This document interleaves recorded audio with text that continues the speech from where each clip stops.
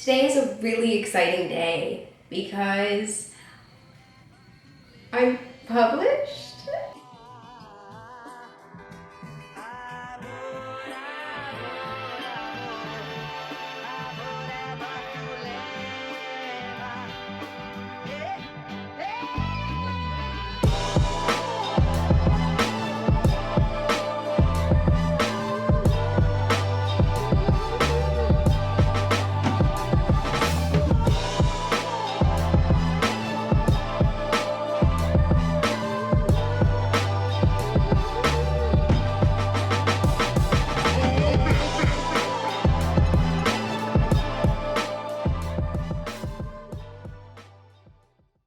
Oh my god, this is so crazy. Today, a personal essay that I wrote was published on the Huffington Post website, which is absolutely insane. I don't even really know how to describe how I feel, because a lot of how I feel is shocked and kind of confused and waiting for the other shoe to drop, what is going on. But I've received so much love and support today from people who have read my posts that I know, that I don't know, that used to be in my life, and for some reason just I'm not really that much in contact with it anymore. I feel so grateful for the life that I have, and for the fact that all these people support me and take the time to read something that I wrote, that I spent a lot of time and effort and put a lot of effort into this piece. And the fact that all these people are reading it just because they want to educate themselves and they want to learn more is so important to me. I feel so grateful and touched by that. And you're probably wondering, how the heck did I write something for the Huffington Post? That's a little weird. What happened? So I saw a tweet that was basically saying that anyone that would like to pitch a personal essay idea to be published by the Huffington Post should do so. They were looking for pitches that incorporated two aspects: disability and mental health. There were some pitch guidelines. I sent in about a 3-paragraph pitch about rage and I wasn't really sure where I was going to go with it, but I thought that it was really interesting, the fact that we talk about mental health a lot. I talk about mental health a lot, and my relationship with anxiety, and how I've been going to a therapist for so long, but I've never really talked about the fact that I'm angry. And my anger is something that I don't really feel like people are very comfortable with. And I really wanted to explore that more. I did not know where I was going to go with it, but I thought that anger and rage was a very large part of my life that I had never really talked about. And I didn't feel like other people were talking about that too in their lives as people with disabilities. So I pitched to her, and it was the longest 7 days of my life waiting for a response. I didn't know if I was even going to get a response. But 7 days later, I got an email from the editor at the Huffington Post saying that they really thought my pitch was interesting, that they would like me to write a draft that would be between 800 and 2,000 words. If I agree to write this draft, that does not mean that this draft will be published. It does not mean that it will go anywhere. I was writing this draft knowing that it might be a dead end. But I wanted to explore this piece for myself, so even if I wrote this draft and it didn't get picked, or it wasn't what they were looking for, I knew that it would be something that I could be proud of, and I could post it on my own website. I could do something with it. And I spent the next 3 days just writing and rewriting and writing and rewriting and writing and rewriting. And my mom and my sister were incredible editors and really helped me dissect the piece and figure out where I'm going with it. I had 3 big editing sessions with both of them.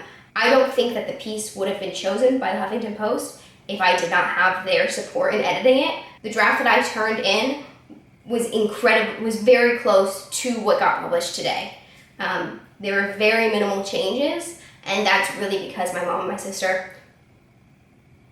in the most loving way possible, tore my piece apart and helped me bake it what it became. There's no harm in having help. Every great writer needs a great editor. Not to say I'm a great writer, but every writer needs an editor. They just said, send me a draft as soon as possible. And I kind of felt like the sooner I sent it in, the more likely it was going to get chosen, and I didn't want to make it seem like I was taking too long. So I wrote it as fast as humanly possible. The time between submitting my draft and hearing back about my draft was actually a lot harder than the time between submitting my pitch and hearing back about my pitch, because I didn't even know if I was going to hear back about my pitch. Versus my draft, I felt like they were either going to say yes or no. And really waiting for that definitive answer was so stressful. I was constantly checking my email, constantly looking at my editor's Instagram to see what she was doing, which is a little creepy. I got a little obsessed, not gonna lie. But they liked it. And on Tuesday of last week, I got an email in the morning, and she said that she loved my piece and they wanted to make some edits, and they were gonna post it on Monday, which, oh my God, it's so crazy to think about the fact that I'm, like, published. Oh my Lord.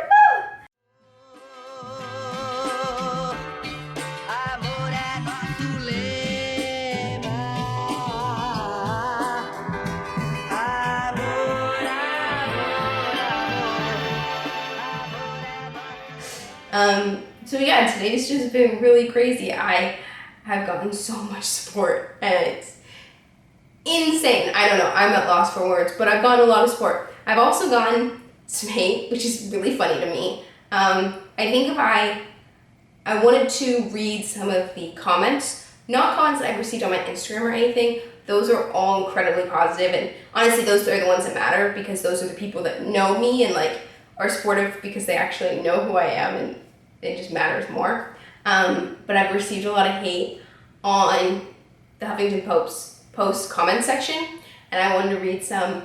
I can't take this too seriously, because if I take their hate seriously, it will really get to me, and I will get really upset about the fact that, about their outlooks on life, and the way that they view me as a person with a disability. So I'm going to be very lighthearted about this, because I know that for my well-being, I need to laugh at it.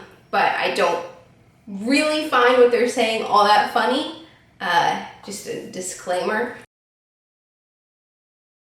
So Scott Carpenter said, "It's not injustice or oppression if the world is not designed to your individual needs. Society should be accommodating as possible to people with disabilities, but," there should not be a but after that, "it seems unreasonable that society should be expected to accommodate every individual need for each person all the time. It is just not realistic." Someone replied to this and said, "Scott, next time you can't get into a store because there's a 4-inch step, you'll understand." Oh my God. Okay, this is actually, it's a lot better than the last time I looked, because there are a lot more people who have disabilities that are replying to the haters on here and saying, like, you do not understand what this is like. You do not get to hate on someone who faces challenges that you just cannot even fathom, which this is incredible.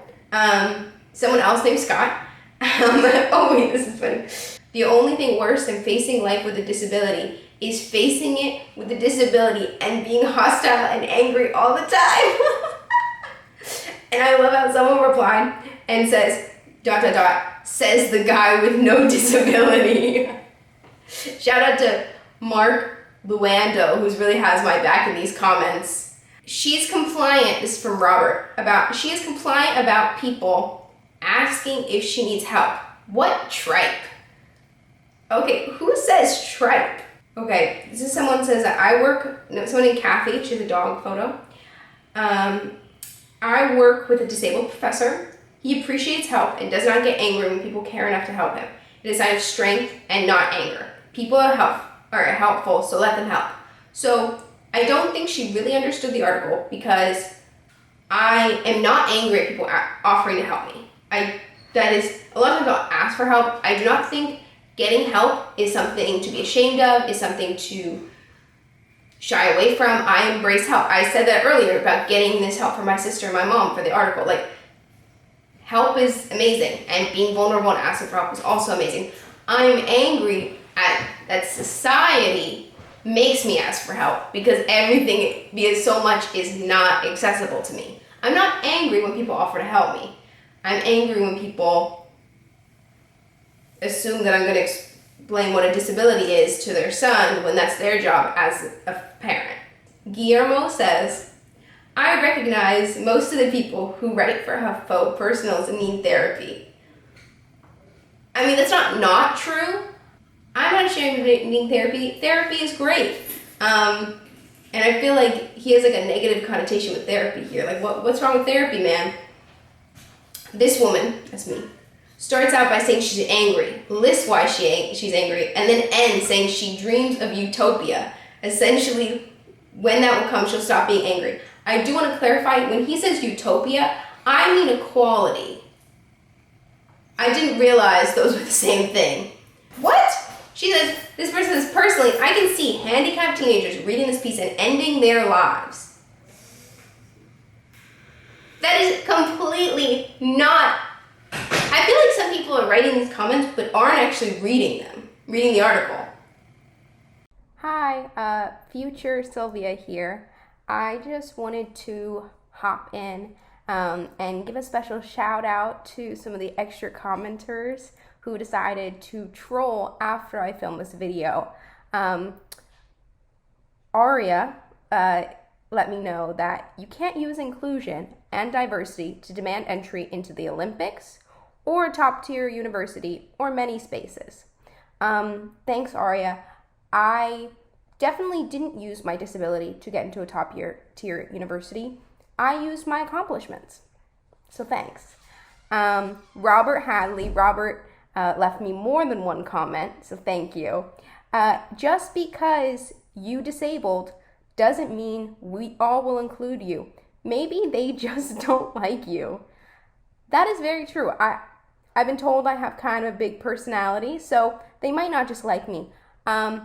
If you're talking about the very specific situations in the article, those were instances where I was invited, and those people were actually my friends, but thanks for checking in. And lastly, Jill left me a long comment, but I just want to focus on the second paragraph, which I thought was really interesting. And she says, I was particularly struck by this woman's assumption that since the front steps into a private home hosting a party she was invited to were more than her ramps could cover, she had no access to the house and simply went home unhappy. Could be she could have wheeled right through another door. If not, bet there were several party goers who would have gladly picked up her wheelchair and carried her up the steps and into the house. She never gave anyone a chance to help. Seems she made a quick judgment and denied herself a night of fun. Well, there are a couple issues that I have here. First of all,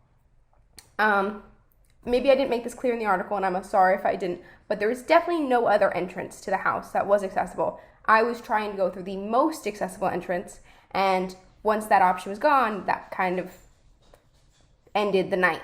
As for my wheelchair weighs about 400 to 500 pounds, not including me in it.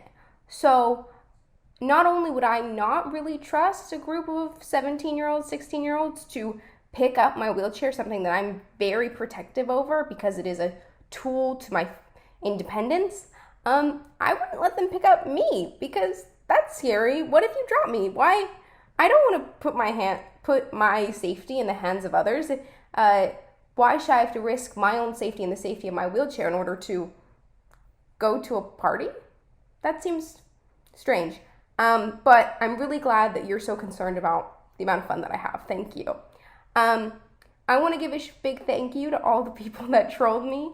I didn't necessarily like reading your comments, but I'm glad that you were so interested in my story to spend your time hating on me. Except for the person that wrote Noodles123 who left me the comment, I have some empathy for the handicapped people, but the whiny and angry ones, eugenics comes to mind. Noodles123, fuck